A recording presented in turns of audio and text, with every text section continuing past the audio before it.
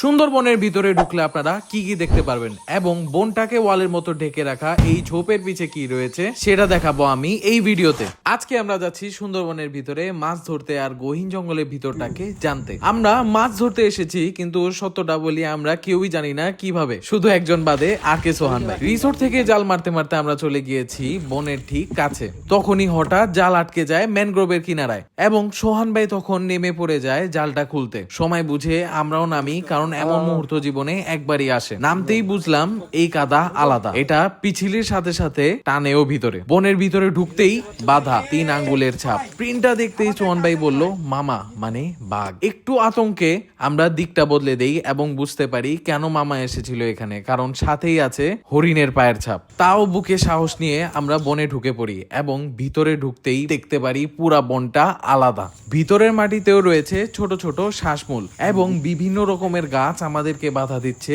বনের ভিতরে ঢুকতে।